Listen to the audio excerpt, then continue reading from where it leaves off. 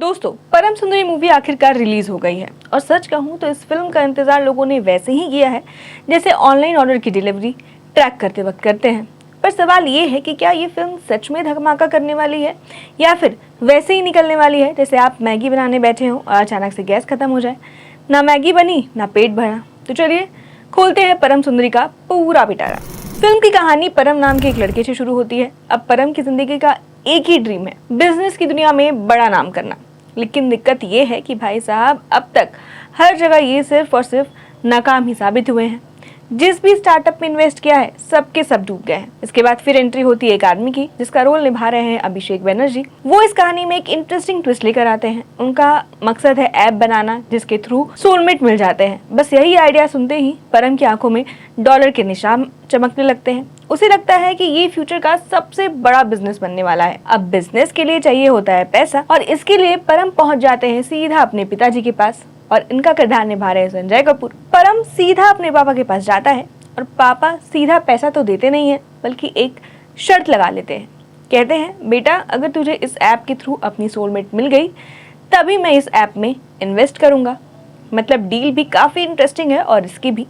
बस फिर क्या, सीधा परम ऐप से पूछते हैं कि उनका सोलमेट कहाँ है और उनकी सोलमेट निकलती है केरला में। अब परम निकल पड़ता है केरला के लिए। नई जगह, नया कल्चर और ऑब्वियसली न्यू लव स्टोरी। पहली नजर में परम को सुंदरी पसंद आ जाती है और धीरे धीरे सुंदरी भी अपना दिल उसको दे बैठती है। अब तक सब कुछ बिल्कुल परफेक्ट चल रहा होता है, लेकिन यहाँ आता है एक सबसे बड़ा और असली ट्विस्ट। मालूम पड़ता है कि ऐप और उसको बनाने वाला दोनों ही फ्रॉड है और ऊपर से शौक ये लगता है कि सुंदरी की शादी तो बचपन में ही किसी से फिक्स हो गई होती है। अब सवाल ये है कि दो अलग अलग दुनिया से आने वाले लोग, एक दिल्ली का पागल स्टार्टअप करने वाला लड़का और एक केरला की सीधी साधी लड़की, क्या मिल पाएंगे या फिर कहानी यहीं खत्म हो जाएगी?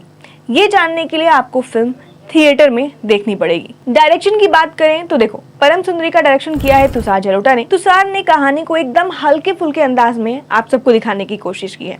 जहां एक तरफ परम की बिजनेस और स्टार्टअप वाली टेंशन है तो वहीं दूसरी तरफ केरल की खूबसूरती और सुंदरी का प्यार भी। डायरेक्शन में उनका सबसे बड़ा प्लस पॉइंट ये है कि उन्होंने नॉर्थ इंडिया और साउथ इंडिया की कल्चर्स को टकराते हुए एक बहुत ही इंटरटेनिंग अंदाज में आप सबके सामने पेश किया है। हाँ, बीच बीच में ऐसा लगता है कि कुछ सीन्स अननेसेसरी लंबे कर दिए गए हैं जिसकी वजह से फिल्म की स्पीड थोड़ी स्लो हो गई है। लेकिन वहीं दूसरी तरफ उन्होंने रोमांस और कॉमेडी को ऐसा मिलाया है कि फिल्म बोर नहीं होने वाली। अब बात आती है सिनेमेटोग्राफी की, तो संताना कृष्णन रविचंद्रन का काम बहुत ही शानदार है। आप सब मानो या ना मानो, केरला को उन्होंने एकदम खूबसूरत तरीके से दिखाया है। बैक वाटर्स, हरे भरे जंगल, छोटे छोटे गांव, यहाँ तक कि वाटरफॉल भी। हर एक फ्रेम आपको देखकर मजा आ जाएगा। कई बार तो ऐसा लगता है कि फिल्म देखने से ज्यादा केरला घूमने का मन होता है। मतलब कहानी भले ही थोड़ी सिंपल लगे लेकिन विजुअल्स इतने स्ट्रॉन्ग है कि आप स्क्रीन से नजरें हटा ही नहीं पाएंगे। अब जरा एक्टिंग डिपार्टमेंट पे नजर डालते हैं।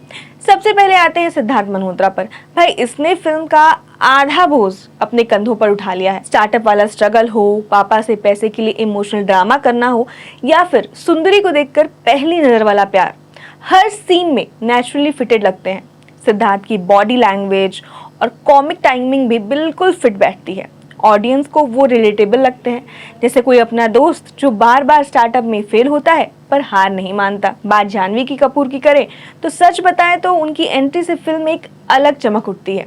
केरला वाली सुंदरी का इनोसेंट चार्म उन्होंने बखूबी पकड़ा है। उनकी स्क्रीन प्रेजेंस काफी ज्यादा स्ट्रॉन्ग भी है और इमोशनल सीन में उनकी डिसेंसी काम भी आती है। कहीं कहीं उनके डायलॉग्स डिलीवरी थोड़े फ्लैट लगते हैं लेकिन उसकी सिंप्लिसिटी और केमिस्ट्री बहुत ही दमदार है और उन्होंने बहुत अच्छे से इसे निभाया भी है। अब बात करते हैं संजय कपूर की, जो सिद्धार्थ के पापा के रोल में नजर आ रहे हैं। वो एक टिपिकली बिजनेस डैड के रूप में है। बहुत ही दमदार लगते हैं। वो अपने बेटे को लेक्चर्स भी सुनाता है। उनका एक्टिंग बहुत ही रियलिस्टिक है। आप उनसे बहुत जल्दी कनेक्ट कर पाएंगे और शायद आप महसूस कर भी पाएंगे उन्हें। कुछ सीन्स में वो थोड़ा ओवर सीरियस लगते हैं पर ओवरऑल उन्होंने कैरेक्टर को बैलेंस किया है। कभी कभी गुस्से वाला पिता, कभी सॉफ्ट हार्टेड डैड। वही बात करें अभिषेक बनर्जी की तो हर बार की तरह वो इस कैरेक्टर में भी एकदम घुल मिल गए हैं। उनका प्रेजेंस बहुत ही यूनिक है और वो अलग ही मजा पूरी फिल्म में डाल देता है। गाने की बात करें तो गाने ही इस मूवी के सबसे बड़े प्लस पॉइंट है। गाने सुनने में फ्रेश लगते हैं और मूड भी सेट कर देते हैं। रोमांटिक ट्रैक्स फिल्म के केरला वाले सीन्स में बखूबी बैठते हैं और ब्लेंड हो जाते हैं। मतलब बैक वाटर्स, ग्रीनरी और जानवी सिद्धार्थ की केमिस्ट्री के साथ गाने बहुत ही दमदार लगते हैं। एक दो सॉन्ग्स तो ऐसे भी हैं जो जब आप थिएटर से देखने के बाद निकलेंगे तो आप जरूर गुनगुनाएंगे। कुछ जगह पे ऐसा जरूर लगता है कि सॉन्ग थोड़ा अननेसेसरली लंबा खींच दिया गया है, जिससे स्टोरी का फ्लो थोड़ा सा धीमा पड़ गया है। लेकिन ओवरऑल देखा जाए तो म्यूजिक फिल्म का प्लस पॉइंट है, रोमांटिक फील भी देता है और थोड़ी फिल्मी मस्ती भी।